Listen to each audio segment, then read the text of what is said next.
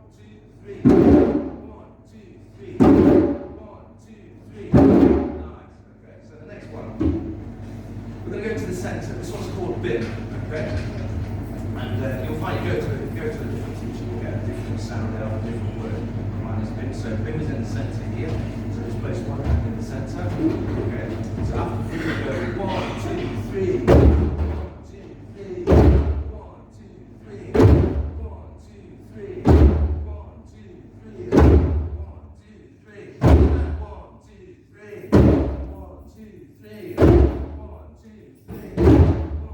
3. 1, 2, 3. 1, 2, 3. We've just caught Will Doncaster. Just get yourself a cup of tea, Will. Good to see you. Fantastic day yesterday. Fantastic, absolutely. Yeah, the drumming yesterday with the Shack was wonderful. You know what? Better than expected. Yeah, Absolutely. yeah, it was. fantastic, Yeah. So I'm pleased you're in today, Will.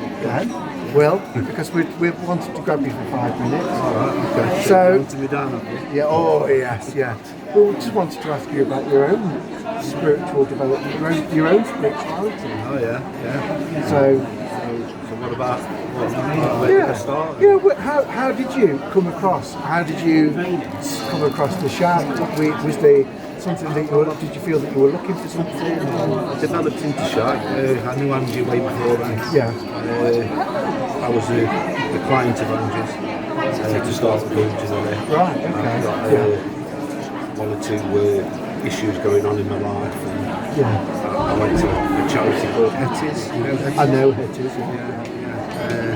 And I was a client at Hetties and they referred me to Angie for treatment. Yeah.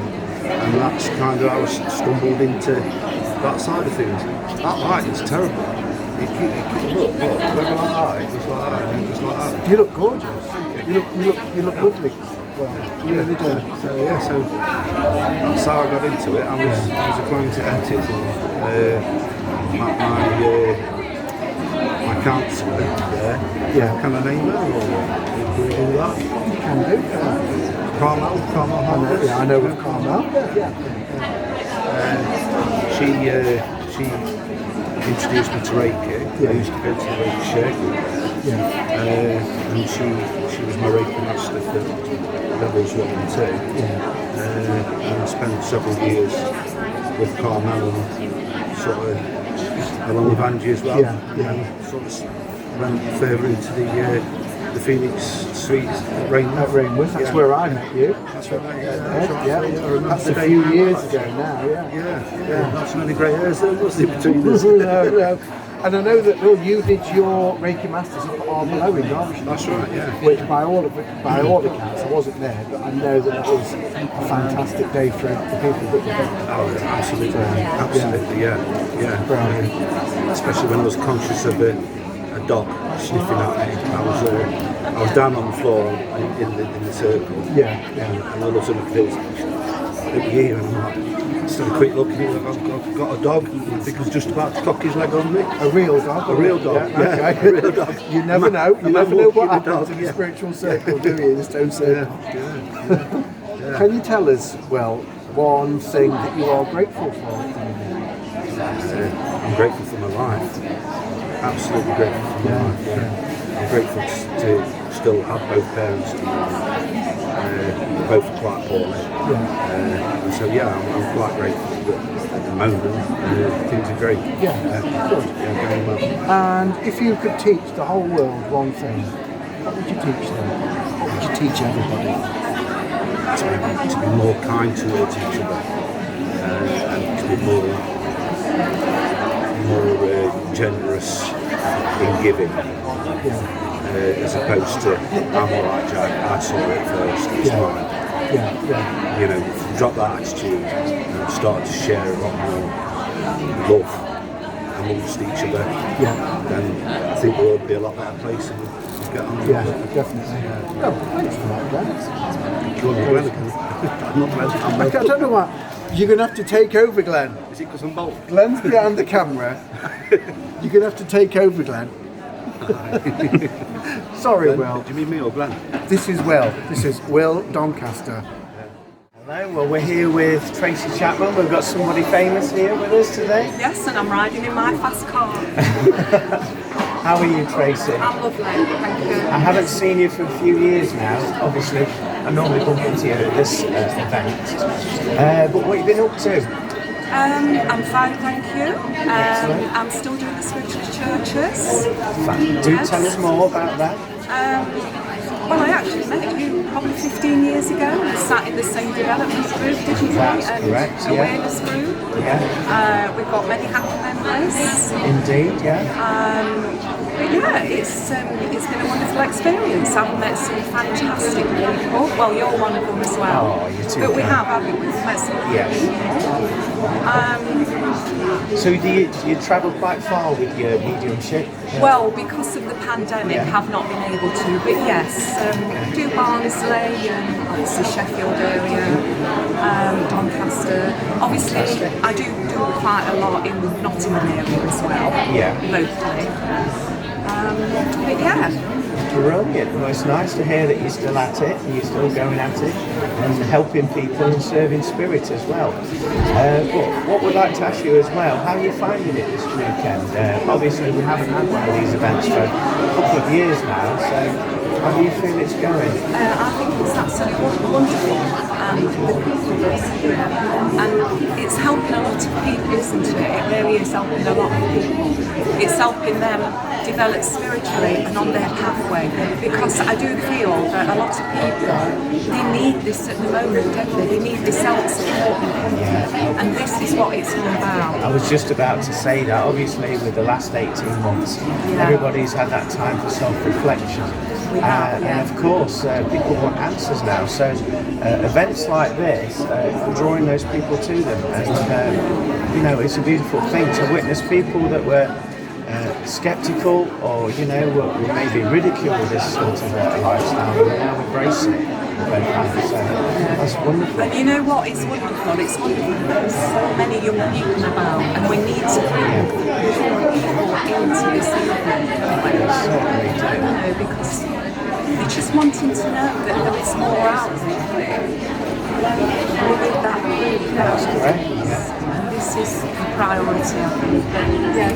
It's wonderful that there's these places that you can come to, and I'm sure that many people that come here, it will be the start of their spiritual development on that pathway. Yes, and of course there's some flyers there in the foyer, isn't there, advertising some spiritual development teachers and things, so hopefully they'll pick those up. But a few more questions for you.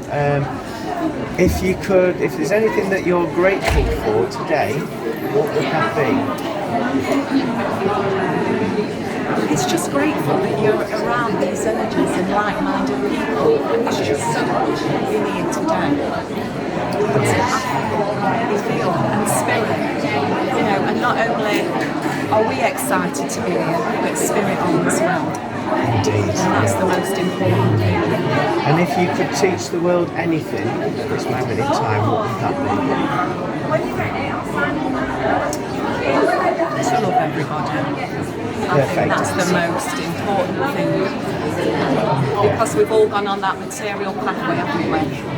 We have, yeah. It's the most difficult time for everyone, I think. And like you say, everybody's been so material, but we've had to reflect, haven't we, the last 18 months? That's right, yeah. And we just realise, you know, that do it from your heart, that's the most important thing.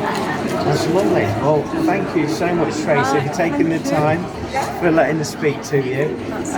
So have a wonderful day. I will. I've come with my friend today, and she's not actually been here for about 10 years, so we're going to have a wonderful day. There's lots to see. And there is, there's an awful lot, yeah, and some very interesting people. Right. Thank you then, Tracy. Thank you. We are with Trudy from Old Paint to Go. We were Yes. talking to your partner yesterday, weren't we? Yes. And I've been drawn to you since I saw you yesterday and thought, I'm having her for 5 minutes. So welcome. Tell us about yourself. Tell us about what you do with Old Paint to Go. Okay, so I'm the other half of Stephen from Old Paint to Go. So I'm the one that does all the back work, accounts and things like that. But also, I am training to be a therapist as well. So, So you're quite spiritual as well, you were saying. Yes. So can you tell us a little about your own spirituality or your path too? Right, Your okay. path. Well, at the age of 8, I can remember seeing a film with Ursula Andresen called She. and where she bathed in the flames for eternal life. And I knew at that age that is what it was all about. Yeah. We never died, we were eternal. Yes, yeah. So I've always had that feeling. I've been like a sponge for knowledge throughout my whole life. I came across a body of work in 2004, which is the Freedom Teachings, it was called at the time, which is all about the mechanics of ascension, with the Ashiana Dean. I read one of her books, which just blew me away. It was so way out there, with all the race lines, all the different realities, and I just knew it was truth. I have this internal knowing. I don't hear things, I don't see things, but I know. When I hear things, I just know it to be true, my truth. Yeah. So from that on, I went around the world doing workshops. We did a lot of grid work on the run up to 2012. Yeah. 2012 I was there, 21st December 2012 in South in Florida. Right. Another workshop with a lot of energy work. So I'd done a lot of energy work with the That was the ley beginning lines. of quite a big cycle as well, 2012 to 2020. In December 2020, that was 8 years of a massive cycle, wasn't it? It as well, is. a really big development cycle, really, a spiritual awakening cycle. I did feel after the workshop that it was like, oh, I've done my job, what do I do now? Because it was very much isolated myself and my two sons. They were into the work as well, so there was the trine that we had doing energy work. But so we kept ourselves because it was such a body. We tried to tell people, and at that time they didn't want to listen. Nobody understood, what really truly is reality. So we put it that way. So I was, we grew, if you like, and just concentrated on doing grid work. But after that, it was like, oh, what am I going to do now? Because at 2012, actually, that was the time where things were seeded and activations came from that. Like you say, the 8 years after that we've got now, the run up to where we are now. So yeah, it's been an interesting road, very interesting road. Being with Stephen has learned the true understanding of the mind and your self-talk, and how you talk to self. Very much in the negative, most people do. So we're helping training people now to look at their language, understand that they can self-heal, and there's a real empowerment coming from behind that. I had an experience last year where I was in that sort of meditative state where I felt that from my knees down to my ankles I was in like a black goo, and it was like I was pulling myself, it was like I was facing my fears at that time, and been doing a lot of shadow work as well, and it was like I almost grew wings. I felt like I had wings, like an angelic being, and I just pulled myself out of this black goo, and the thing, I don't fear this anymore. It's like, it was really, really powerful stuff, and it just shows how powerful we are when we truly do connect. What we are capable as a human being is We phenomenal. are capable, we have that power of the universe inside within, and we have the power to create a universe. If we so wished, we have that power. And it is moving forward, is actually concentrating on what you want to see in the world. And not seeing what is playing out there, actually seeing what's going on in the world, is because that's old systems breaking down. Concentrate on what you want to see in the world, because this is where we're moving into now. And through the whole ascension. So manifestation. Manifestation, big time. And with manifestation, always have that emotion behind it, because with the emotions, that's what pushes through, and it's what can draw to you. If you could teach the whole world one thing, what would you teach them? Self-love. Self-love, because it starts with you. And even if you did nothing else in the world, self-love is what is so empowering, and it's like the butterfly effect. We just go around the world. Can you give me one thing that you're grateful for in this moment? Grateful for? Well, I'm glad I'm here in this time now, just being part of the whole process that we're going through. But I'm grateful for life. I just love nature, everything. I'm just grateful. I'm grateful for my time with Stephen and all came to go and helping people. And that when you help people, it's just so gratifying. Oh, we're grateful to meet you today. So thank you. I just want to. I'm with Heinz from it. Nice to meet you. Face to face. We were in your talk for 10 minutes earlier. Fantastic information that you were giving out there as well. So it's a really interesting talk. I wish I had more time. I suppose it's something that you could talk about for a whole day, really, isn't it? That's just for a start, are you? Yeah. It's a huge topic. Tell us, Heinz, about what you do. I mean, we've got some products behind us on your stall. Can you tell us a little bit about Spirit Wood?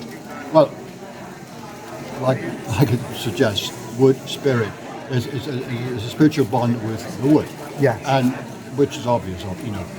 But there's more to it, obviously, because how do you approach wood? What is a wood? You know, what's a tree? You know, how do you approach it? A total novice. Yeah. Well, switch off the inner chatter. Understand what you're looking at, but you don't have to label everything, you know. And just feel the life form in front of us is not that different to us if you think about it. Yeah. Because you've got roots, you need water, you need all the same things we need, right? Yeah. One advantage of being a tree, you don't have to travel anywhere to get what you need, unless things are really dire, and then you just send a few birds or four-legged critters out to spread your seed. Yeah. Go that way or that way, you know. Yeah. And so it's a self-contained living thing, and the benefits are way past what I ever imagined. Yeah. And it's been 10 years of analysing it, and it's become more and more interesting every day. Yeah. Because there's so much to discover, you know. I assume that you spend a lot of time out in nature, in forests. When possible. Yeah. Where were we? Why Spirit was? Good question. Because I believe everything is spirit, however you define it, and you find it everywhere. But the trees are the easiest place to look, because if you understand how it grows, where it grows, why it behaves the way it does, because they have different behaviors like people do, and so on and so forth. It's really a question of opening the door, getting familiar with, not looking at a tree or giving it a name, this and this. What is this essence? Yeah. And what I try to do in the work here is to show its, not tamper with it, but show its essence, what its history, its individuality, you know. Yeah. And I'm talking about every single tree. We talk about 7.5 billion people on this planet, and everyone is an individual, you know. Same with trees, same with pets, everything. So it's a way of looking at the universe, at life. And unfortunately, hello again. Unfortunately, we don't have the language sometimes to express things. Because trees have their own language. They do, literally communicate. We do. We have that language, don't we? But we've forgotten. Yeah. Because we try and use words where actually we should be speaking telepathically and using our heart center to communicate. There's a way of tuning in. Most people who are nature survivalists and who spend a lot of time surviving in nature and so on, there's a special sense that we have with the animals, that we share with the animals. You notice something before you're conscious of it. Like you walk into a room and there's a feeling, it's either this way or that way, but you soon forget because you're focusing on individuals, this and that. But there's a feeling, and you forget that feeling, but it's a warning sometimes, or an invitation. It can be one or the other. Same with trees. Sometimes, oh, this animal is reacting to that tree. Why? So there's something there, but you have to be very sharp. You have to really have good powers of awareness, you know, and notice things, and not have your mind cluttered with preconceived ideas and notions. That's something that I teach as well. I teach qualified in forest bathing in Shinrin Yoku. Oh, right. So what you're saying resonates with me so much. There's a kind of. Have you ever walked into a room and there's phones lying there, and it's ringing, but you know it's going to ring. And A split second before, you just know it's going to ring. And it almost rings. like when you think about a person and then that person calls. Yeah. It's that kind of thing. And again, we're talking about trees. Well, talk about trees a bit more than that. It's the same thing. I've had experiences. I'm going to go on and on. You know, well, I was looking for, like, let's say I was looking for an ash. If I look for an ash, I miss this beauty, I miss that beauty, because I'm only focused on one thing. And so until I find what I'm looking for, which is usually not the case because it's too specific, but I'm missing all the other interesting things because I was focused on just that. Stop, just look You're at missing everything. those invitations. Those invitations from the forest. So while you're focusing on one particular thing, you're missing all the other invitations Exactly. of the forest. And they're all screaming for attention. This is the thing. And they have their moods, by the way. You go into a forest, you can feel a sense of depression. There's one not far from Mansfield where I go sometimes, on a hillside. And first time I went there, it felt sad. It didn't feel right, and almost spooky. And you could tell the trees are not happy. And usually plantation trees have this effect. It's a sadness, you feel it, you know, unless you're oblivious or just focus on whatever. But if you open your mind to it, you can sense the trees' anger, pain, sorrow, and the opposite. A good day, wow, this is a happy forest. This is happy. You just sense it, you know, and you don't have to say, oh, that's an oak, No, it's just not just a tree, you know. You know what I mean? And you wonder, how do we appear to the trees? They can't see us, well, they know our impact. And they can actually benefit. Well, they benefited us all the time. I mean, it's you know. I mean, I can go on. It's easy to talk about how we benefited from it. But why are we destroying it? Why are we so stupid? Why do we to destroy the very thing that we need to survive? You know, something. So it's a very, very powerful, emotive thing. I feel. So this is one way of showing. Look, the heart of the tree is infinitely richer than what you think it is if you have the time and the eyes to observe and the story. At some point, Heinz, I think what we'd love to do is have you as a guest for a full episode of the podcast at some point, because I think this is just such an interesting topic. You know, the painting the oracle is behind the thing there. Right. I mean, if you want to show it, you know, or we'll leave it for now because that is the core, and I feel almost a lifetime's work because it embodies everything that is important to me. Okay. I've got two questions that I'd like to ask you. So the first one is, can you tell us something that you are grateful for at this time? That I'm grateful for? Yeah. Wow. Getting up another day, enjoying the day, being able to actually appreciate the things that are worth appreciating, and having the power, the good health, you know, which is relative, obviously, but to have the ability to actually enjoy the world, the creation, and to learn more each day. The thing that I really, really like, to me, what is a good day is I'll learn something new. It might have been something I didn't want to learn, but it's beneficial.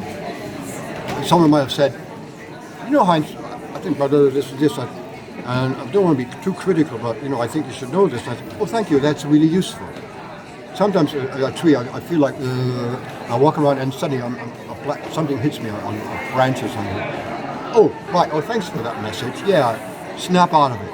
Yeah. You know, and to have a mind that's still awake and open and alert, and share with everybody else on this planet, and find some meaning in it and pass it on. That to me is worth getting out of bed for. Yeah. Does that answer your question? It does perfectly. Kind of tied into my last question. Oh yeah. And I was going to ask you, if you could teach the whole world one thing, what would you like to teach them? I know this sounds trite, on a very deep, profound level. If you include science, quantum, spirituality, holistic, the whole shebang, the thing that underlies everything, and to me is a very powerful aspect of our life, is love. Yeah. Without defining it, having to define it. because I can get as much love from a pet or a friend or a total stranger. Even because don't define love; it's an experience. One of my favorite films is the one with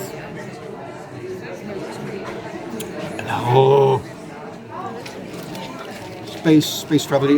He goes. It's a film about space, and they go into a black hole and they come back again, and his daughter ages. It's the tip of my tongue. I'm showing my age. It's the tip of my tongue. It's not Star Trek. It's a recent film. It's a very good film. Right. Anyway, the thing about it is it discovers a power that seems to bind everything together. Living or whatever you call it, non-living, whatever that means, like a stone, you can't call it alive, but it has energy. Anyway, that power, the best word to describe is love. It's a bond between everything, which is why things are stuck together. If it weren't here, there wouldn't be anything. And it's hard to explain, but you feel it like in personal relationships, whether a person, a pet, or a tree. Or a car. Some people love their car. It's a kind of attachment, but it's got to be a positive one. If it's negative, there's no love involved. You know what I mean? It's hard to explain because it's a living, ongoing experience, and sometimes putting it into words dilutes it and takes away its beauty to describe it. So if you take an ordinary piece of wood, I mean, one of my favorite, to be honest, is this willow here. It's a white willow, and there's something about it, and the way I found it, and the way it feels, and it looks, you know, and I could almost say there's a love going on here, and it sounds strange between, you know, you usually talk about love between people and all that, you know, which is fine, but I'm talking a sense of connecting with everything. That is in fact positive. Which is a love without expectations. Very good. Yeah, that is so true. You know, and the most important love, and to finish this question, is self-love. Because who looks after you?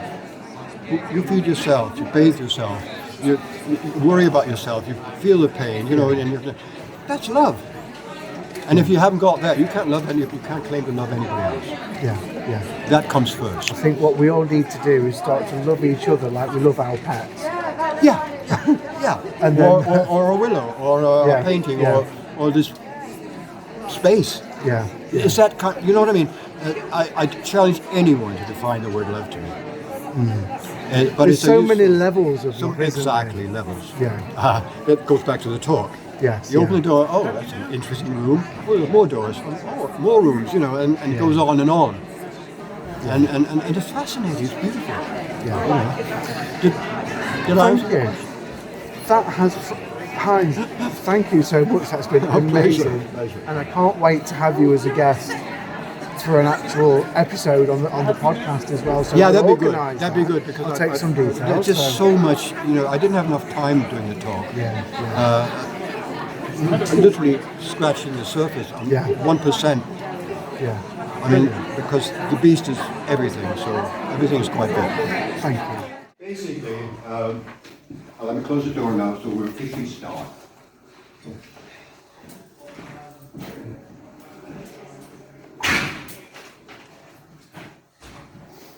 So when you talk about topics, you know, like trees, where do you start? It's a huge topic, you know.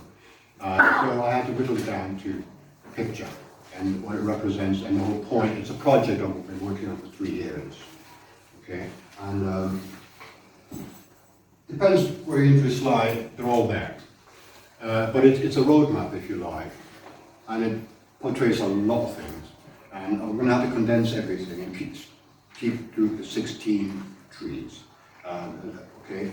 Now, when the idea came up, I don't know where it came from. Well, I could go there, but it would take at least 2 hours to see.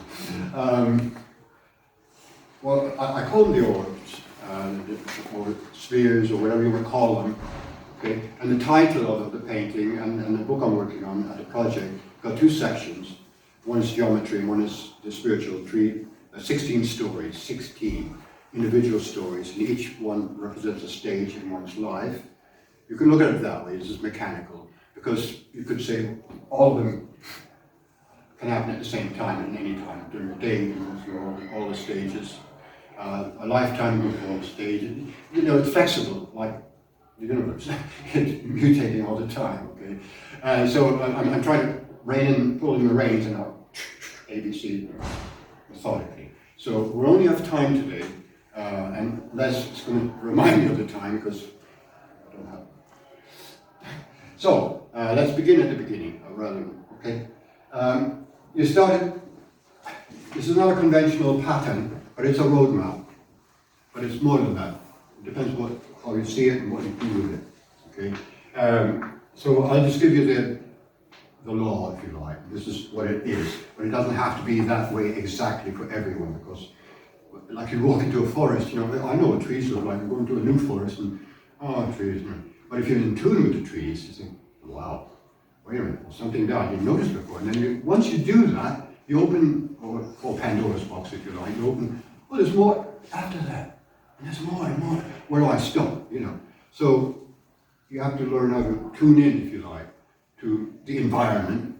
Like I'm tuning in with you guys, and you're tuning in with me, okay? So it's a constant flow of energy, and it's beautiful. And the same applies to trees, to the forest, right? Which I'm a bit obsessed about, so I won't go into that, all right?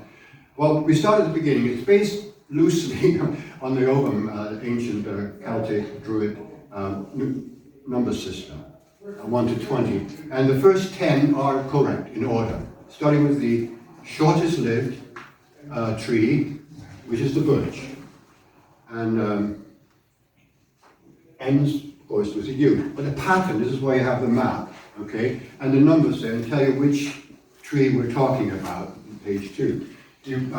Oh, hello. So the pattern is, it's not conventional, clockwise or anything, all that. It's just, this is the way it presented itself to me, so I had to figure it out first. So I hope I can do a good job explaining it to you, okay? Because this was not by my design, this is not my idea, all right? 3 years ago, almost to the day, I finished it, and I thought, it took me 3 years, gradually bond with it and figure it out, and there's so much to it.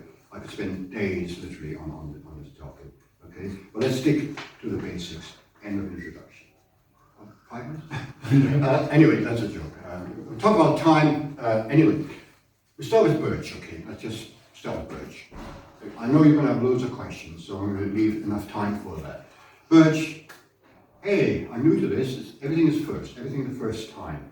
First time I remember the first time I experienced the colour orange, but not just the colour orange, but the actual taste of the orange. I grew up in Germany, post-war Germany. We were quite poor. We lived off the land. We had some small livestock, you know, and self-sufficient. And an orange. I'll never forget that sensation. The first, wow, you know. So the birch, I mean, proper name, and so I'll have to give you a little bit of background. Ancient days. Freya is, if you like, what I call, they all have names, I give them a name for convenience sake, but there are historical connections. But it's a different topic, okay? I have to be strict, stick to the script. Freya represents a birch. Birth, everything beginning, first time ever. And in the story, I've written a story in a publication which features a character, which is a newborn infant, and the experience it must be like. And to this day, I'm convinced I can remember certain moments, like first, seeing the light for the first time, seeing certain colours for the first time. I remember seeing yellow for the first time. I was, whoa, what's that? You know, and I never, not there yet, but the Rowan, I was back on my mother's bike in Germany. We come back after a thunderstorm, and I was sitting on the back, I was about 3 years old, and Dad and brothers, they had a puncture, so it was muddy and rain. It was evening, and country lane and sharp end, there was this Rowan, right there, like a statue. And the sun was just breaking through the clouds, but the sun was above the horizon, was orange, and it lit up this tree, and it just exploded into a vividness I've never experienced before. And it was powerful. And well, UK, Heinz, snap out of it, you know. Oh, what's that, you know? And in German, anyway, I don't want to talk about the Rhone, I'm going ahead of myself, okay? The birch is all about first experiences. But in the storyline, I try to imagine what it's like to be an embryo and leaving the birth canal and taking the first breath, the first sensation of, what are these things dangling off me? I can move them, and what do I do with them? Literally, I mean, you know, and you think, wait a minute, you can't remember that. It's probably something you dreamt about. Where the dreams come from. Perhaps the dream is a memory of that event. What I'm remembering is the dream, not the event. But it's good enough, you know? And so I was happy with that, and so I wrote a little story. There's 16 stories in the book I'm working on. And the birch represents a voyage into life from the womb, literally, okay? Now we come to, I have to move on. Rowan, Bridget, and some lovely, lovely ancient stories about, say, you know, you could research this galore, but the Rowan is a lovely, lovely tree. And to me personally,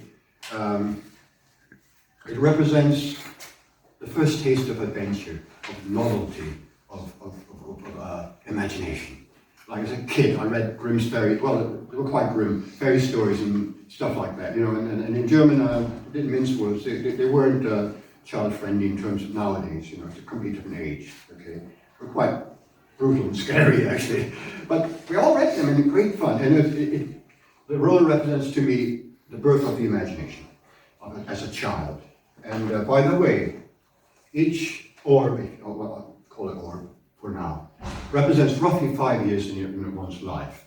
So an infant cannot write about its experience, so I had to improvise a bit. But coming to the Rowan, that was an experience I definitely had, and it had a powerful effect. And the storyline, I can't tell you the storyline because I'll be giving away the publication. This was a young girl who discovers her feet because she's been bullied, you know, and all that, because she's got red hair. And that's all I'm going to tell you about that one. But she's picked up a lot of things thanks to her. And the story develops. I'm not always the same person, okay? So far, any questions about the Rowan and the birch? Quickly.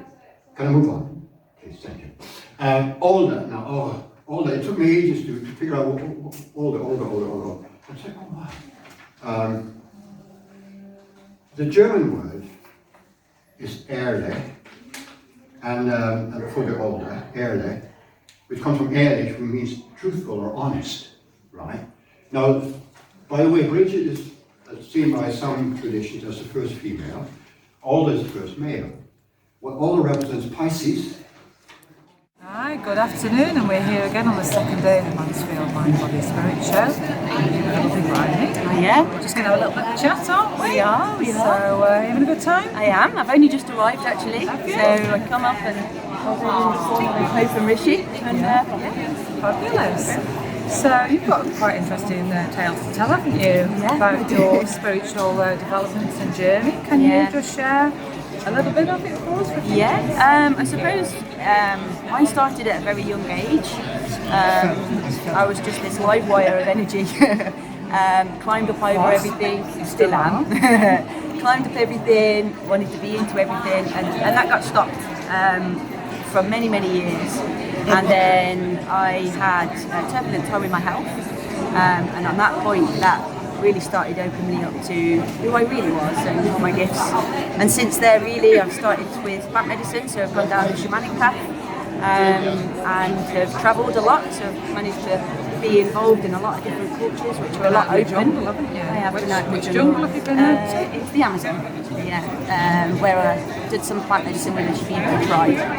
And then I've travelled over to India and done yoga and into Nepal and managed to get into all the mountains. So it always feels like this energy is just coming through me. I think we're very similar in energy. You've travelled a lot more than I have, but I've travelled in my mind, even not in my body. Yeah. So you're doing really well now. Yes. You're doing lots of things, aren't you? You're doing mountaineering. qualification? Yeah, Is that so what it's called? it is. Yeah, so my entire life I've worked in the outdoors with children. So I've done my rock climbing instructor and my mountain leader, which enables me to take people into the wilderness. Which is where my heart truly lies, and it's where I feel most connected. Do you like living in the jungle? I do like living in the jungle, anywhere outside. Fantastic. Yeah. And can you tell me one thing you're grateful for today? I'm just grateful to be surrounded with people with open hearts and open minds, and to be embodying in this body. Yeah. And if you could teach the world something or give the world some advice, what would you say?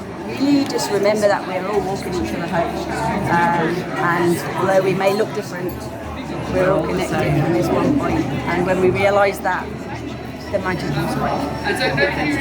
You recently had an award, haven't you? I know you're not talking about it, but Riley got an award. I'm not sure what it was called, but can you explain? It was a Diamond Award. I managed, I pulled a young man off a bridge that was trying to take his life, I stopped him from doing that, and it was on a motorway bridge, so it could have been a lot worse. So I just got recognised for that. That's fantastic. Keep up the good work. Thank you. Thank you. Cheers, thank you. I think we'll have to see you on another episode. And we've finally managed to track Moira down. It's lovely to see you and get to talk to you. We did record some time of your talk earlier, which was absolutely fantastic.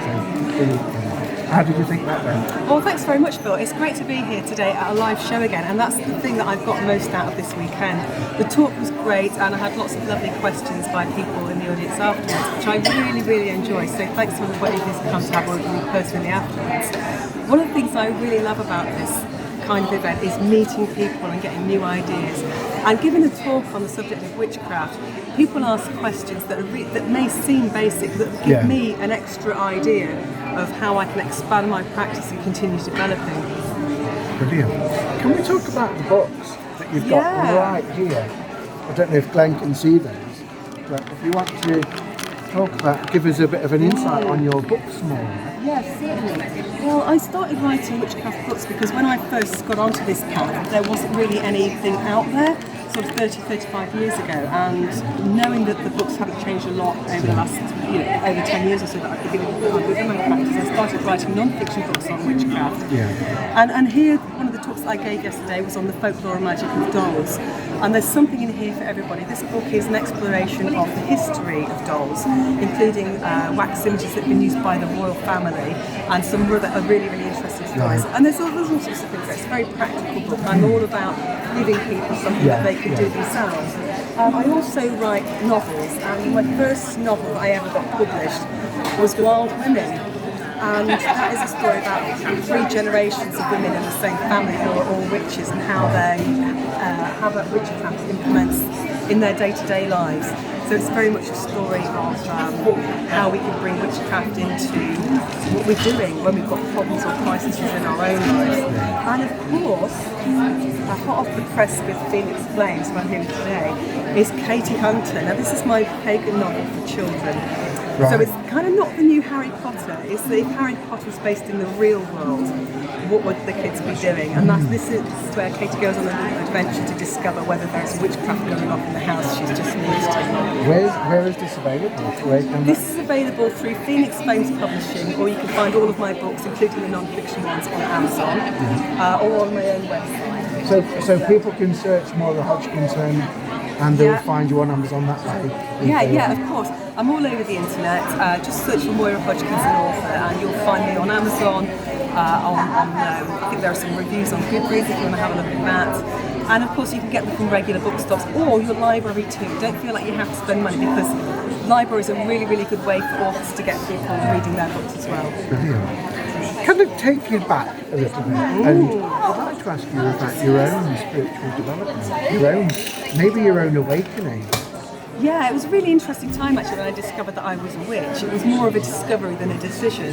When I was really young, I was brought up in a family where we went to church occasionally on a Sunday, but on the shelves of on the bookshelf, my mum had things like Dick Francis and Agatha Christie, alongside Dennis Wheatley. So there's always been this kind of spooky books on the shelves as well. And I think a lot of my early development started like that, through reading, and because there weren't any other witches in the area that I was growing up at the time, it was very much a process of experimentation and making things up as I went along. And I really believe that using your own intuition, that was certainly the key to my spiritual development. Since then I've moved on, I've had independent covens, I'm now in a Gardnerian Wiccan coven, and my spiritual journey is still progressing. I'm still learning and still finding things out. We never stop learning, do we? I think over the last few years, and I suppose the cycle of the last 8 years from 2012, there's been a massive shift in consciousness, and recently over the last 2 years, there's been a massive shift in consciousness for a lot of different people, hasn't there? Absolutely, because so much has changed over the last couple of years especially, that people have had time to reflect on how their lives are and what they really want out of life. People have had more time at home to consider where we're heading, and the spiritual community is growing exponentially, especially in these uncertain times. Yes. I don't know about yourselves, but I've noticed this weekend the energies are so electric this weekend amongst the spiritual community here. Really different. It's so vibrant here this year in comparison to previously. The Mansfield show is always a good event to come to, but this year especially, people have been so excited about getting together again, sharing little bits of crystal information or Reiki wisdom, and it's just growing and developing, and it's just beautiful, and I always feel alive when I come to events like this. Me too. Can I ask you, last two questions, what is one thing that you are grateful for at the moment? At the moment, I am grateful for Reiki.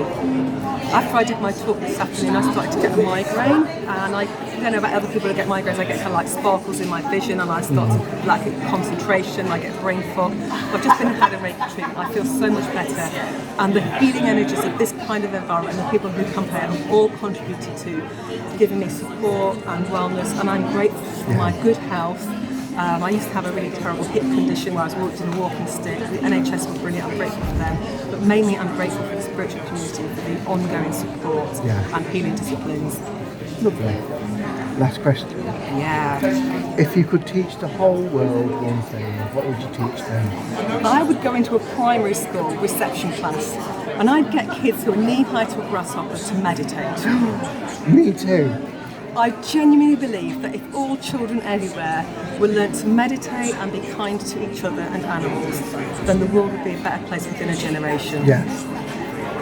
That's one of my personal things as well, actually. We have to start when they're tiny. Yes, definitely. Because by the time they get to sort of like 7 or 8 years old, they've been told, you don't believe in this sort of thing, ghosts aren't real, spirituality is not real. We catch them when they're really, really young, teach them how to just be kind. That is what I want the world to know. Okay. Thank you. My name's Moira Hodgkins, and I've been a witch for getting on for 35 years, which makes me feel really old when I say it out loud. And one of the things that I did recently was to write a book called Living Witchcraft. It's the easiest book I've ever written. I went through my diary for the previous year. Actually, that would be good if somebody would mind closing the doors. Thank you.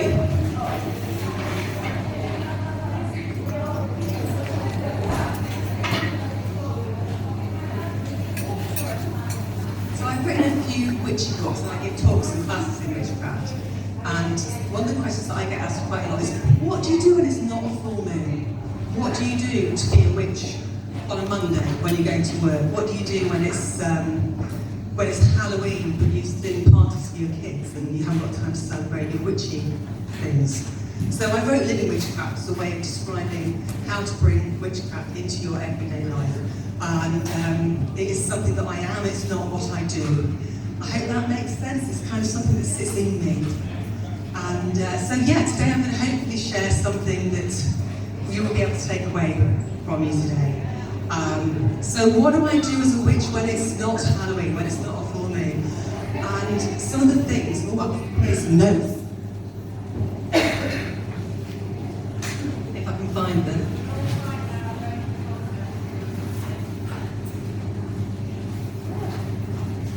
No, they disappeared. It was fate. So,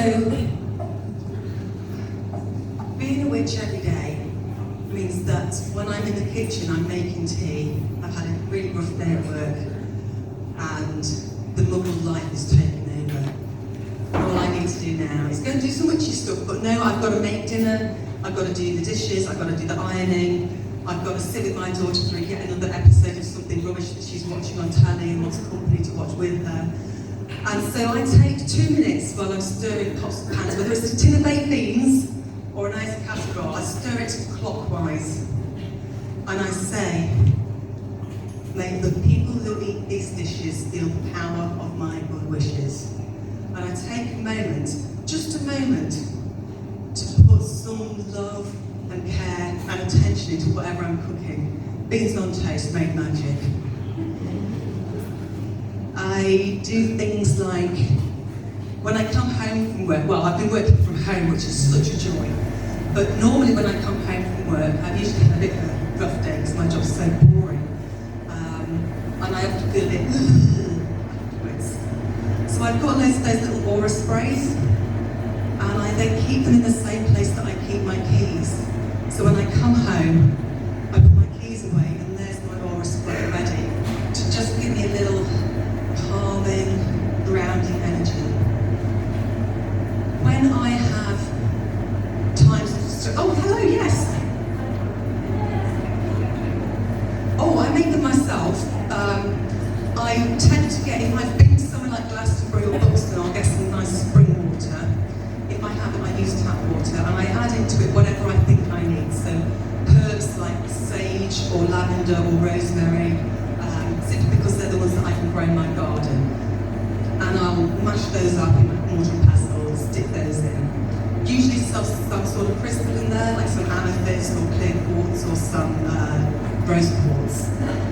And then I'll leave it overnight outside in the moon, and also for the next day during the sun, so it gets that moon magic and sun magic coming into it.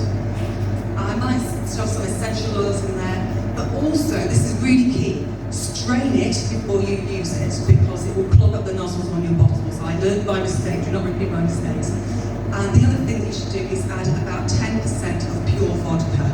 This will stop the essential oils and herbs in it from going off.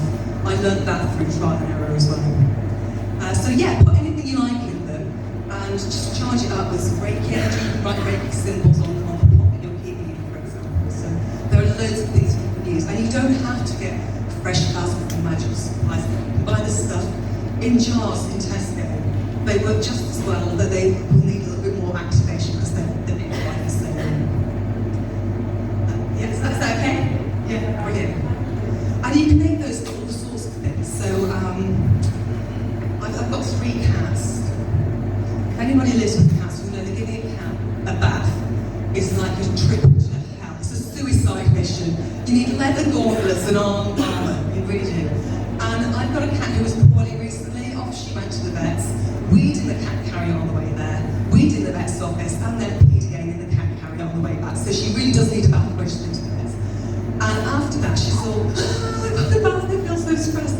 And I just get one of my aura sprays, I just spray it around her. You have to make sure that it's pet safe. Don't use anything that cats or dogs might be allergic to. Just spray a little bit around them. And the effect that it has is just insane. She just goes, oh, like this melting little puddle of catness. Speaking of animals, sorry to repeat this for anybody who was here yesterday, but I had a cat who had fallen off a windowsill and it had triggered her arthritis. So she was really, really suffering. And after 3 weeks of taking her backwards and forwards to the vets, with the obligatory bath afterwards, she decided that she wasn't getting any better, and she came and sat on my knee for some cuddles, and I thought, why don't I just give the cat some Reiki? I'm doing nothing but watching the Murdoch mysteries, so I'm going to give the cat some Reiki. Well, she flew off. Whoa, she's not having any of that. Fair enough. She doesn't like Reiki. The next day, I'm sat on the sofa in the same place, at the same sort of time, and she came across and started bashing her head against my hands. If you've got cats, you'll know they force their head against you for cuddles, which is what I thought she was doing, but she just kept nudging the palms of my hands. Oh, this is odd. Gave her some Reiki. She's like, ah. Half an hour later, she clears off. No thanks, you don't get thanks from cats. But it made me realise that sometimes we don't always know what's best for us at that time. She'd obviously thought, what's this? Oh, hang on. I might go back for some more of that. So animals are really intuitive and they can pick up on all of these energies. And it took no time out of my life because I was just sitting watching telly, having a cuddle with a cow. So there are so many ways that we can bring witchcraft, paganism and our spiritual practices into our everyday lives. So one of the things I wanted to tell you is that you don't have to dress up in robes on a full moon. You can go in your jeans and a t-shirt. If you are attending any kind of ceremony, there are lots of open rituals and public gatherings that you can go to for witchcraft. And when you're starting out on this path, it can be hard to figure out what should I do when I'm there. So one of the things that you can expect at a public ritual is expect it to take longer than you thought, because they always start late. If anybody's heard the expression pagan meantime, your talk's scheduled to start at 10 o'clock at the camp, and people walk in at 10:30 and expect you to recount. So pagan meantime is a thing, and you have to try and just plan a little bit for that. It won't start on time. And you will, a public ritual is a great way to get involved in witchcraft. It will give you some ideas that you can do yourself at home as well. And things to expect there are ostentatious witchy dress. It's a great opportunity to wear your robes and your witchy hats, but you can turn up in your jeans. As I said, you don't have to make witchcraft a show. It's not about what we do, but who we are inside. So take from that public ritual the friendship and the kindness and the love. People want to hug you and just share the joy of being together with you. It's a really, really good way of breaking into that on the first steps of your witchy path. I'm just going to have one more look for my nose. That's another thing about being a witch every day, is that occasionally it just creeps up on you unexpected, and I'll find myself doing something witchy that I wasn't planning on. So, to give you an example, a friend of mine a while back was quite poorly, very, very sudden, had a very sudden illness, and I'm at the pub with some mates. This is when I was still going to the pub a few years back, and I got a phone call, a text saying, so-and-so's been taken really ill, can you do some witchy stuff? So nice to see Soraya here from the Mystic Moon. Thank you. And that's in Nottingham, isn't it? Sherwood, The shop? Nottingham. Yeah. Do you want to tell us a little about what you're doing here today and your shop? Okay, well, obviously we have a stall here with a very small sample of the products that we sell. Yeah. We're primarily a pagan witchcraft shop. Right. So we sell a lot of herbs to make your own magical incenses and magic. We also teach, run workshops on teaching people how to get into the craft, involved in it. So I primarily teach beginners. I like to think of myself as the first step on the rung of the ladder, and then that gives them the basic tools they need to go off and do a little bit of research, practice a little bit of basic magic, or perhaps go to a more advanced route. Yeah. We also run workshops on the use of crystals, so we'll teach people how to use a pendulum to search for lost items and things like that. Yeah. How would people get in touch with you for the courses that you run? We have a website, so we serve our online customers worldwide as well. So you can go to the website www.themysticmoonshop.com. You can email us at inquiries@themysticmoonshop.com, or you can phone the shop. Okay. So, your own spiritual development then, could you tell us about your own spiritual awakening? Okay, the awakening. Interesting, because my late sister and I were very psychic from a young age. We used to do spells and we used to astral travel when we were quite small, and I'm talking 3-4 years old. Yeah. And to us it was perfectly normal. We didn't think anything of it until years and years later when somebody said, "Are you Wicca?" And I said, "I have never made baskets in my life." I had no idea what she was talking about. But then I realised that we actually did witchcraft without knowing it. And since my sister passed over into spirit, she's been more active with me. So she helps me with my readings because I'm a tarot reader. I've been reading for about 35 years now.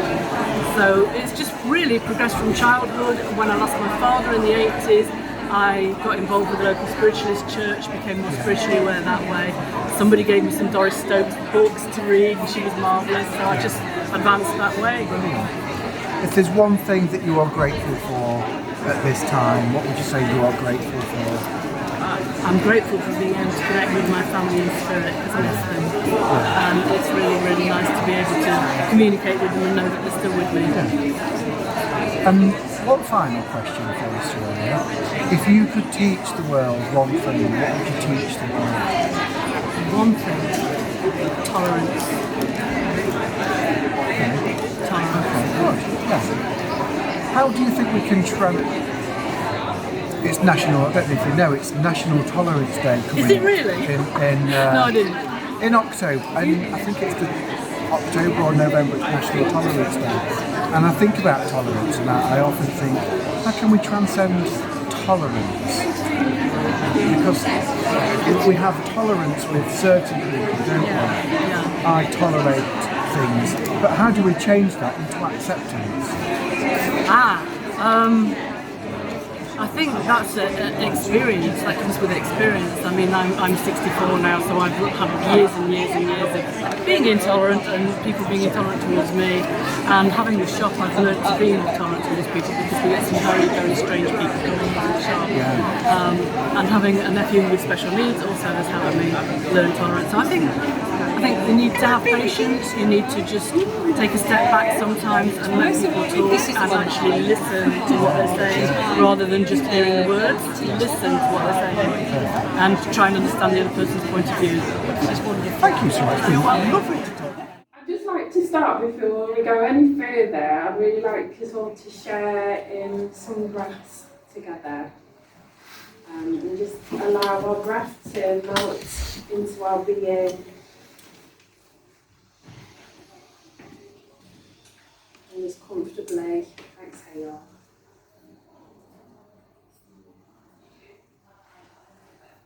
Drawing in the breath, relax as comfortably into the self. And exhaling in a relaxed, comfortable way.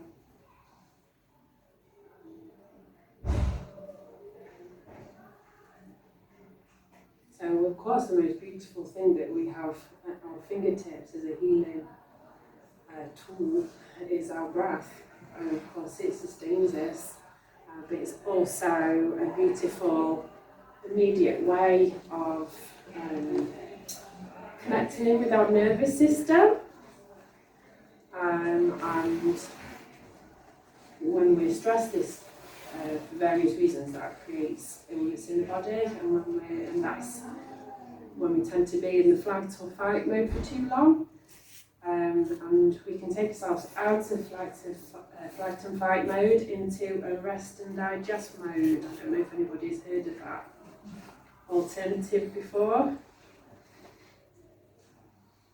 And that's two sides of the autonomic nervous system. So we've got the sympathetic nervous system, which is the flight and fight mode, or we have the parasympathetic nervous system, which is rest and digest. And this is where the realm of magic and healing exists.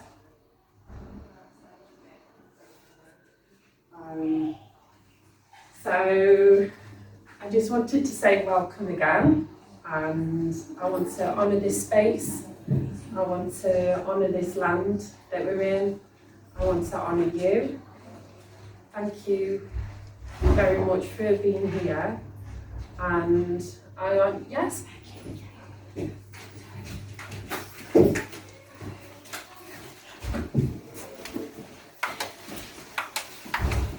I honour your beautiful, powerful, healing spirits. And I honour your guides and your ancestors.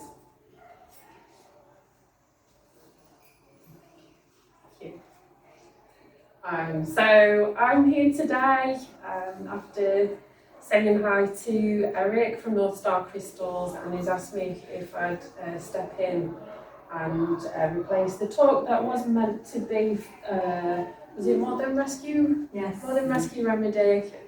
So I'm assuming it was about the benefits of flower remedies. Yes. So is anybody here that's come to see that? Okay. I'm sorry. I'm not actually, but I'm having a much better time.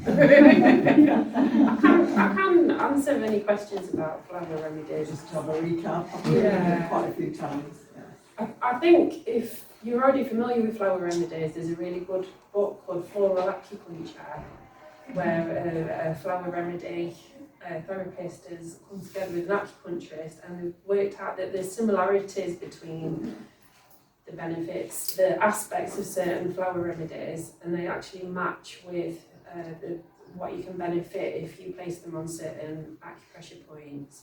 And my favourite one is elm flower remedy, which you simply put in your belly button, which is it's an acupuncture point. It's about soul loss, and it's actually a really cute and easy way of regaining your soul back, soul energy. And because when you have flower essences that come from trees, they're very strong, powerful beings, and they bring that tree strength into healing.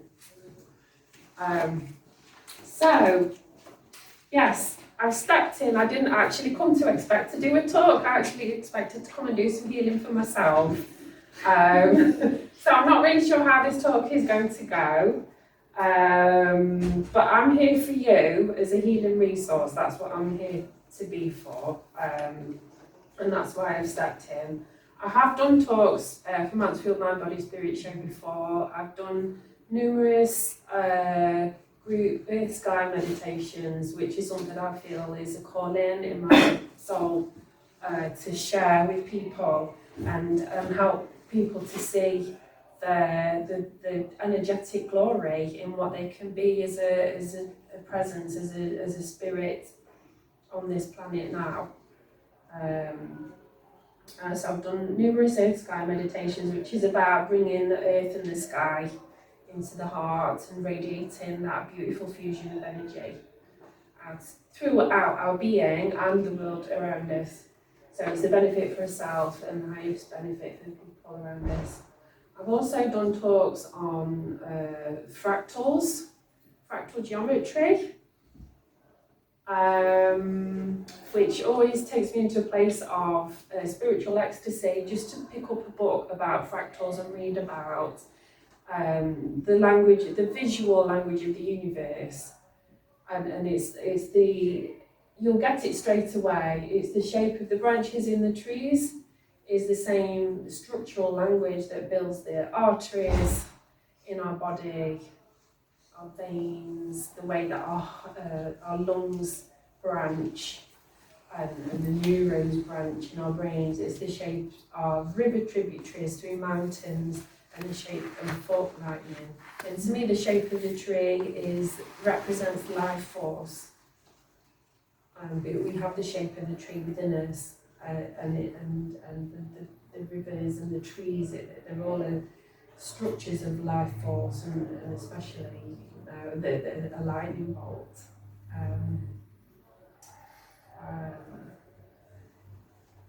So I've written a few notes. So the talk that I'm going to do is healing with intention, and where there's a will, there's a way. And it's about giving hope to people that may be working with chronic illnesses, and also kind of sharing that journey that I've been through. This is about my healing journey as well that I want to share, because I feel like I'm living proof that you can really learn to manage and get a grip on your chronic illnesses to the point where they're making less of an impact on your health and less of an impact on your life. So you can have a kind of like a normal life that some people seem to have, that we'd like to have a piece of. And it is possible. It is possible, and I really want you to really believe in yourselves, or help people that you know to believe in themselves, that changes are possible. So, and I'm so positive about this right now because I had laparoscopic surgery last Friday, and I had 6 little patches of uterine cells that existed outside of my uterus. I am the Philadelphia project of the human body. There are things turning up where they not normally would. And and the impact of the illness on my body, I wish I actually could have, if I'd have had preparation, I'd be able to print out great big pictures of the photographs that they took inside my body.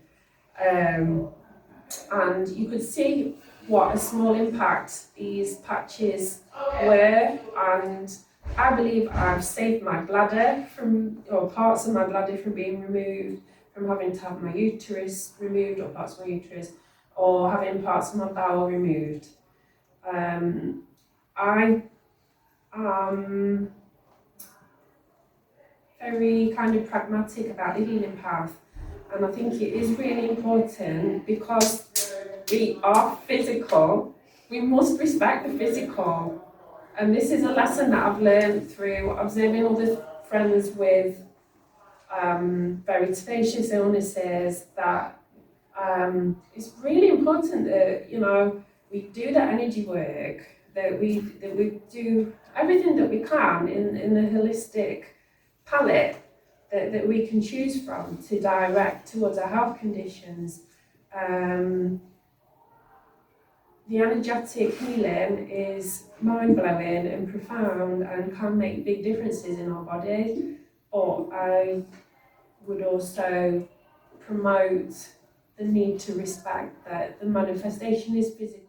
We've caught Darren Clark from Conquerors of Sound today, and we said, let's grab Darren while we can, because they've heard him drone on for an hour on one of... Sorry, Darren, you don't drone on, do you? I do, yeah, I do. But we've had Darren for an episode previously, but we thought, actually, people would like to see Darren's face. So we've caught him at the Mind Body Spirit. Darren, how are you finding it? You've been here all weekend, haven't you? Yeah, it's been really good vibe. Nice to see people, like-minded people. It's been really good. Yeah. Well, fantastic. So I don't need to ask you about your spiritual path, really. No. Because we know all about that, don't we? We know what you do. So at Canty, Congress Sound. Do you want to give, actually for this video, do you want to tell people how they can come across you and just give them a bit of an idea of what you do? Yeah, I'm a sound therapist. I do sound baths, using gongs, singing bowls, chanting, rap drums. I've got a previous clip at one of your podcasts. From a good few months ago now. I do weekly sound baths at my place, Conquerors of Sound in Kirkby, Nashfield. I also do one-to-one personal sound treatments as well.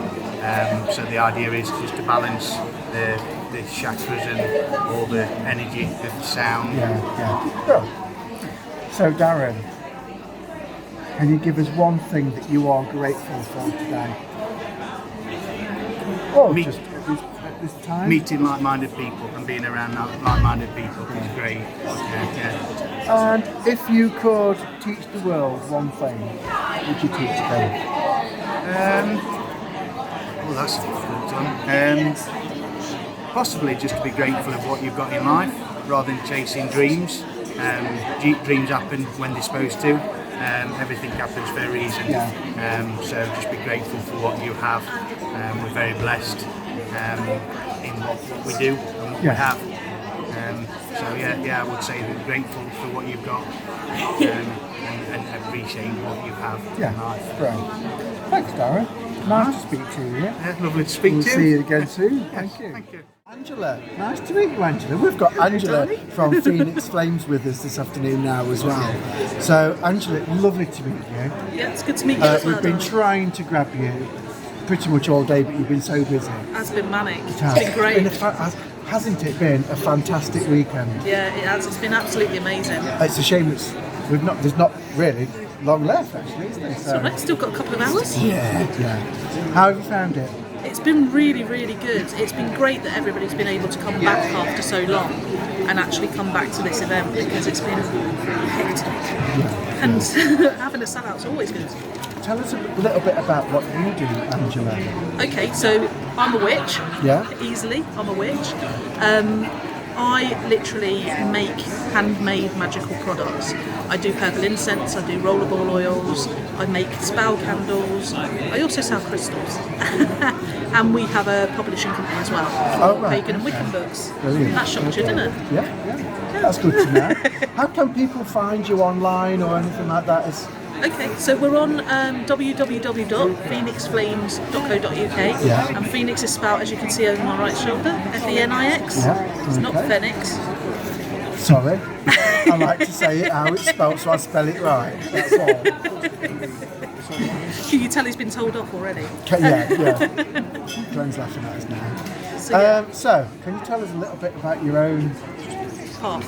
Your own spiritual path, Yeah, of course your I own can. development? So, I grew up with a very spiritual grandmother, and she taught me little bits as we was going through the time, and it came to the point where my magical path became stronger and stronger and stronger. So I've developed various things through tarot, mediumship, herbs, crystals. I work with a range of different deities and different things. So yeah, my path is quite varied and quite wide, to be honest. So there's been a lot of work on my spiritual path since I was young. And I suppose a lot more to go, like everybody else. We're all still learning. Just one long, well, a cycle really. It's cycles of learning and development. So. Always. If there is one thing that you're grateful for at this moment, could you give us one thing that you're grateful for? Friends and my family and my cats. Lovely. That's the easiest one. And then the last question that we always ask is, if you could teach the whole world one thing, what would you teach them? How to sing. No, I'm joking. Although it's a good one. I'd love to be able to sing myself, but apparently I'm tone deaf. Julie can do that, you know. Julie actually channels, I don't know if you know. Ooh. Julie channels Karen Carpenter. Oh, I channel Cher. Oh, I do? Yeah, shall I sing a bit for you? Yeah, go on then. Do you believe in love? It's ridiculous, but I love it. I love channeling a bit of Cher. I'll say goodbye now. No one ever cares. Julie's here. I noticed. Thank you. No problem. It's been lovely to talk to you, Angela. Welcome everybody. I'm Angela. The lot feeding the face over there are shack volunteers. My colleague in the vocal teaching partner, and another man that's anything to do with Facebook and technology. See those two, because I don't have a clue. Okay. And this is the podcast team. Alright, so colour and sound is incredibly complex. We actually teach it over a year in diploma and separate certificates. Where can we start? Right, it's nothing new. A lot of the things you've experienced over, today, this weekend, they're not new. They may be repackaged and adjusted, but they're not new. With like the ancients, like yoga, sound healing, colour therapy, goes back pre-Egyptian. It goes really way back. Our ancestors knew what to do, how to heal. They didn't have medications and pills and things. I'm not saying they're wrong, everything has its balance. But they knew what to do. They knew how to heal. The Egyptians was using colour therapy, reflexology, going back 4,000 years. They used to build temple-like structures, and the person will be laid in the middle, and they would put big crystals in the wall, the kind of crystals we can't afford or we would love to own, in the walls, and light would pass through them onto the client, onto the person that needed the healing.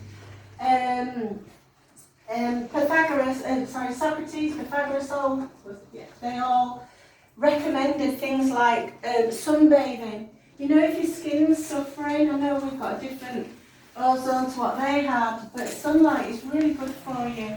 When you feel fed up and cheesed off, and what's the thing that lifts you? You get outside in the sunshine, nature, nature needs sunlight. So we're just the same. We're growing the same. So basically, how the light works, I say we have to do it very, very briefly.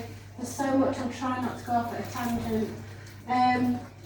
Isaac Newton gets credit for it, but actually it's Albert Magnuson back in the mid-1800s, and he was doing some of the early experiments with colour. And what he did, he had a great big crystal, the kind we'd like to own, and he put sunlight through it, and he worked out the spectrum. But it was, and I just said his name, Isaac Newton, that worked with it and took a lot of credit for it. But when he actually did it, he was looking for something else. He was actually looking for a musical octave, and he didn't quite work it out. And there's actually documentation to show that he spoke to his university pupils, and he sent a letter saying it was a fruitless exercise. But then he realised what he'd actually discovered. And octaves, is anybody musical here? Yeah? Hi. Right, so you see to see. You all know your chakras, obviously, yeah? We're not going to expand into there are instruments that are, they're still, like we've just been working with a D bowl that actually is heart. But we're working with 7 basics because it has to do with octaves, which we can't do today. So our normal basic, and obviously you're all in ascension process as well, so you're changing colour, you're looking really like lots of nice extra light rainbows. Your base chakra is a red and it's a D. Your sacral, sorry, a C. Your sacral is orange and it's a D. Your solar plexus is an E, and obviously it's yellow. Your heart is F, green.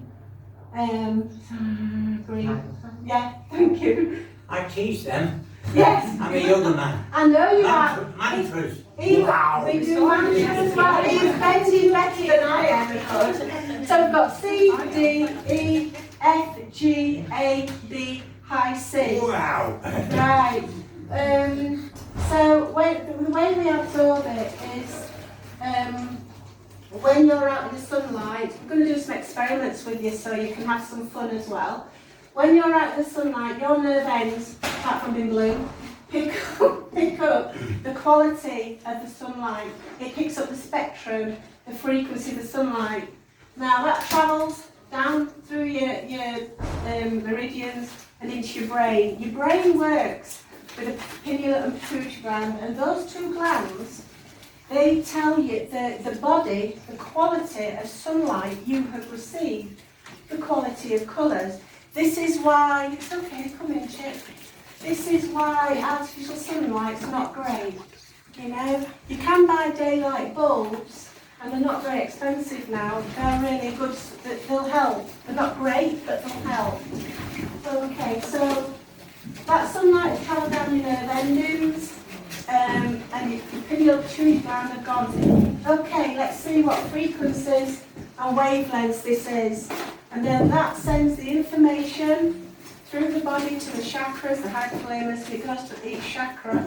The chakra takes those colour frequencies and wavelengths, and as they rotate, we know they're called wheels of light, as they rotate, they turn that sunlight into energy your body can use, which travels to all your organs. It is really in depth. So like your endocrine system, you all know all the major glands and stuff run your endocrine system, your organs. So it's really, really important. Now, so we pick up through our nerve endings. Is everybody familiar? I've only got a few because I blew the others up by accident. I put them outside to cleanse in the sunlight, which wasn't a good idea. Has anybody seen an orosoma at shows? Yeah. There's hundreds of them, isn't there? The lady that designed them is blind and she's never seen colour. So yes, you see colour with your eyes, but you pick it up through your nerve endings. We do lots of experiments in classes as well about where do you think a light bulb would be, where do you think infrared would be. So without cheating, microwaves are red, so where would you think they'd be? Are they powerful? So on a scale, would red be low? Microwaves? You cook your food? Low? High? What about gamma rays, X-rays?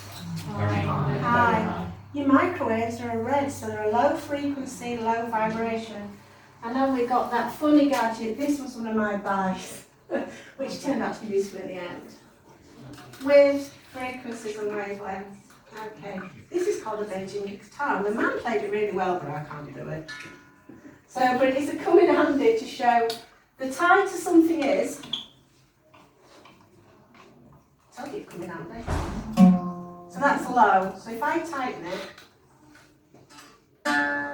so the tighter, the shorter the wavelength, the higher the colour vibration. So your gamma rays, your X-rays and all things like that are violet. We do an experiment where we threw them out with a remote control, so everything like remote control, but it's actually sort of in the middle somewhere. You can come and have a look at these boards, take pictures, that's the idea, then you can take them home. Right, so sound, so that's how you absorb sound. I'm going to do some little experiments and a bit of fun in a minute. So you've absorbed the colour into your body, you know that your chakras have transferred that colour, frequency into energy your body can use. And then, when it moves, each one of your vertebrae is a different colour. So like, we do what's called spinal dowsing, where you can use a pendulum or you can scan, and we use corresponding colours. There should be some sheets for them to take home, Kat, I brought them in yesterday. No, it's the colour therapy sheet.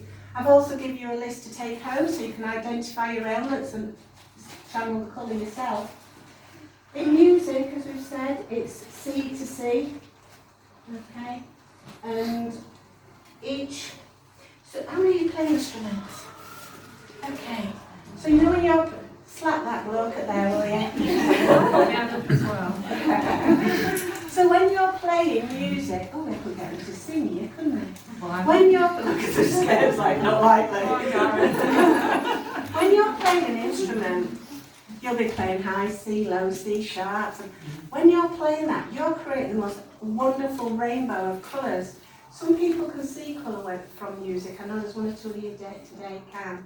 And that, it does come with practice. So you're playing a rainbow of colours, but you can't see them. But they're affecting everyone. How many of you have got a piece of music that you hate?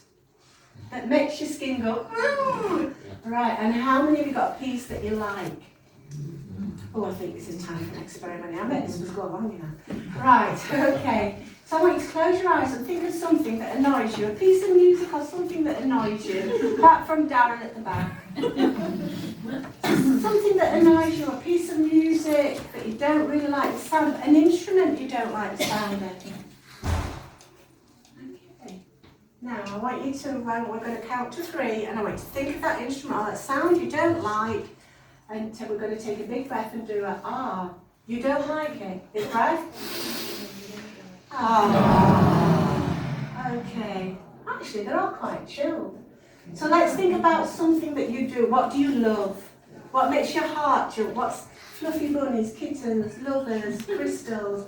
In case of Julie's, crystals, skulls. Crystals. What do you love? What do you really, really love? Just think about that in your heart. Think about what you love. Take a big breath. And let out an ah. You see the difference? So when we were going ah, what kind of colours do you think would be there? Red. Red, okay. And when you're going ah, fluffy bunny, what kind of colours? Blue. Blues, greens. Greens, yeah. Excellent. So, we've managed to track down Rishi. Hello. Hi. It's been, we've been trying to get you all day, but you've been in and out of your healing room, so it's really nice to get to speak to you. So you're on with Hope, the Oracle of Hope, I should say. Yeah. But your company is Unity Awareness. Unity Awareness. Do you want to tell us a little bit about that and what you do? Yeah, sure. So what it is I partake in psychic work, so I'm a psychic medium. I work with spirit in different ways, shapes and forms. I work as a channel. I do shamanic healing, energy healing, light language, so I channel language of the spirits. I work as an astrologer and hypnotist as well. I've just been and different modalities that have been working through this. For the listeners and the viewers that are going to listen, do you want to talk to us a little bit about light language? Yeah, Tell us what light language is. Sure. So with light language is a form of the channel of light. So when we speak it channels through us. So ikala no to ai liki anatono akasini ekoto no ai mi la ke na kosuno atina e kai aloto no kuasinata, which is this kind of hello. But when they channel, I usually channel it for healing purposes. So it will channel bringing in light codes. So I will also see through my third eye with the eyes open the codes coming through, and it's a vibration state because the universe is made of energy, matter and vibration. So as we channel in the sounds of vibration, it's channeling a certain code of frequency on a vibrational level for the DNA for the cells, and I predominantly use it for healing. And I use it with Icaros. So as a shamanic practice, we sing Icaros, which are sort of translated to spirit songs. So magic songs. So we can sing Icaros for invoking in certain spirits. So if we want to work with Mama Cacao, or if we're working with different plant medicines like ayahuasca, or if we're working with, just like we recently I worked with dandelion. So we'll sing Icaros to invoke the spirit. So the same way the Icaros and magic song will be channeled through to work for specific healing purposes. Where are you based? Whereabouts are you based, and where do you do this? Is this something that people can come along to? Do you do different classes for this? Yeah, so I'm recently been looking at releasing my website. I've just got a little bit left to release it. I'm going to do a blog on there to teach people how to channel, how to do it, how to let the language out, because we all have this potential within us.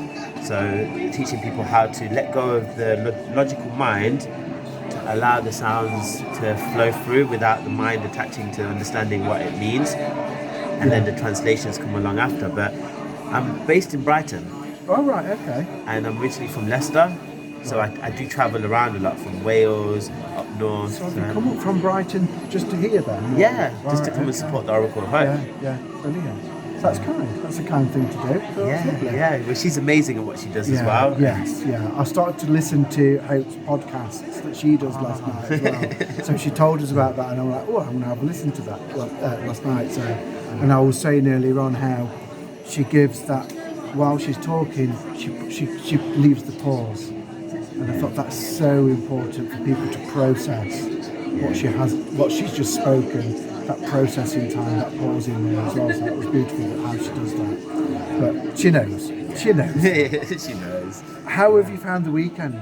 So it's been fantastic, actually. I've been I say overwhelmed, but it was beyond any expectation I had, and been just so many beautiful souls that have come here, and we've been fully booked both days as well. In fact, that we've taken clients on outside of the Mind Body Spirit Festival, and I've also been doing readings, which I wasn't originally meant to do, but it's just been when I've done stalls at different festivals like this myself, I always take my cards, because usually you find after somebody's had a healing, they'd like some cards pulling as well. Don't they? So it's important that you take all your tools, take everything. We've got the whole array.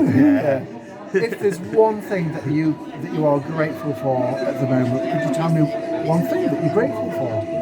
Just grateful to be on this journey, grateful to be transforming lives and souls, to keep them aligned, to continue this work for the planet, because the planet needs it right now, and we're doing what we can to raise the consciousness as it's naturally happening, but we have to be the way showers. So I'm just humbled and grateful to serve the Great Spirit. If there is one thing that you could teach the world, what would you teach the world? Love. Just as simple as that. Love, let go, and to embrace each other as brothers. As we're all brothers in humanity, we rise, brothers and sisters. So we just need to keep continuing in love. Perfect. Thank you. Lovely to meet you. Lovely to meet you too. And at some point, if you are willing to, we'd love to have you on as an official guest for an episode as well. So that'd be amazing. That would be for a full hour, for a full hour's recording with us, if that's something that you'd be willing to do. That would be amazing. I'd be humbled by that. Thank you so very much. Thank you. Hello. Welcome to the Full Circle podcast. Again, we are knackered. Exhausted. Someone fetch me matchsticks. We've had a brilliant weekend. We've had such a fantastic weekend connecting with wonderful souls. We've got Angie just behind the camera here. Angie's been here all week. All weekend. It feels like a week. Julie's been so busy with different things, haven't you, Julie, as well, with workshops. Me and Glenn have been running around like two roadies. We have. It's been crazy from one event to the other, then individual interviews as well. We've met some beautiful souls, as you just said there, Phil. Made some new friends and some new future guests for the podcast, which we're very excited about because in the little interviews that we gave them, you could just feel this story was wanting to be told. So you're in for a treat when we actually do schedule those in. Interviews. It feels that the community that we initially talked about, that we wanted to build, we can see that coming into fruition just from this weekend. So we're so pleased. Actually, let's do the questions. Okay. Let's do the questions. Glenn, can you tell us something that you are grateful for this weekend? This weekend, I'm grateful for my spirit team and helpers. I'm grateful for energy. I'm grateful for you guys and obviously this event for allowing us to interview them and obviously showcase their work as well. But most importantly, I'm grateful for being alive. For experiencing all this. It's wonderful. I echo that, grateful to be alive and the energy has been brilliant. Oh, you've got to answer your own question. You can't take Glenn. Yeah. Oh my lord. No piggybacking. No. Well, would you like some time to think about it? No. It is the same question. Boom. Off you go. Well, as I said before, I'm happy to be alive. No, it's been a great event. It's gone very fast. Yeah, absolutely fast. Yeah, really fast. Great teamwork. Definitely. It makes the dream work, and we've got lots of opportunities, and like I say, new guests to interview and talk more about their awakening and spiritual journeys. I've loved doing the demos or the talks, whatever you want to call it. Really good guys. Do those again next year. Hyper at the moment. Nothing We new, can is tell, it? bouncing around like Tigger. Mr. Ben. But your day hasn't finished yet, has it? No, I thought I'd just do another yoga class when I go home in about 20 Oh, minutes. right, okay. Fit one in, you Thought know. I'd just do one. Oh dear. Okay. What about yourself? Oh, well, I mirror what you two have said. No piggybacking. I am grateful for new opportunities.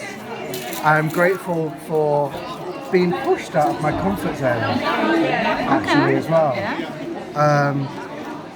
Because doing this is quite out of my comfort zone. Oh, we couldn't tell. Really. So, you're a natural. Fake it until you make it. You're a natural, Phil.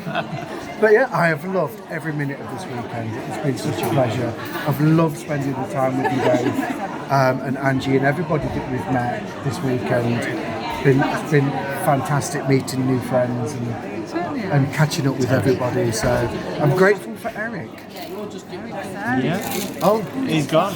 It was there, but it's Eric's store, but it's disappeared.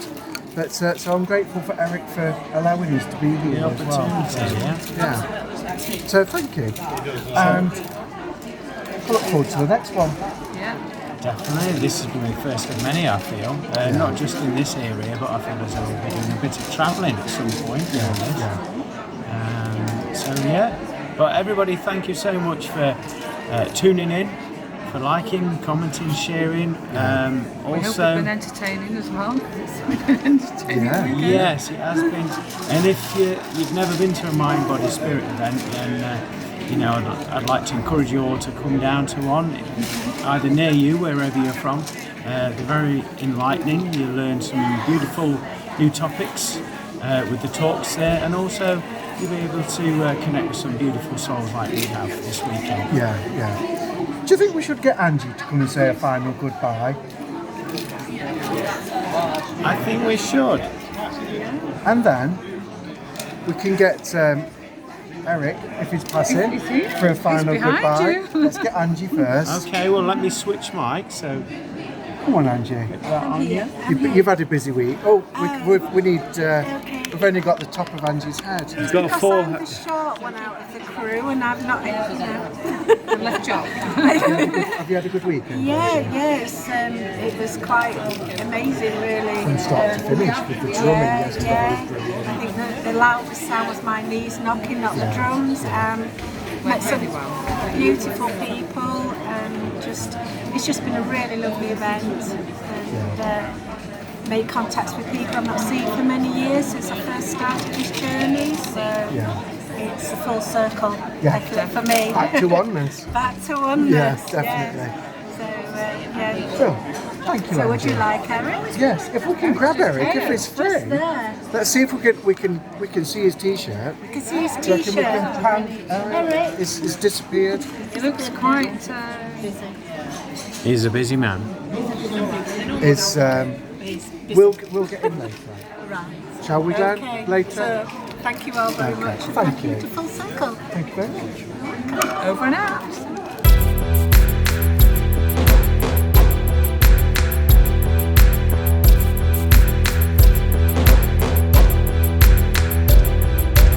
Thank you for listening and continuing to support the Full Circle podcast. We would love for you to subscribe and share.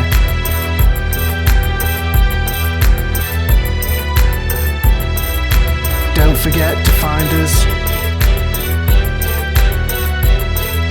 on our official Facebook page.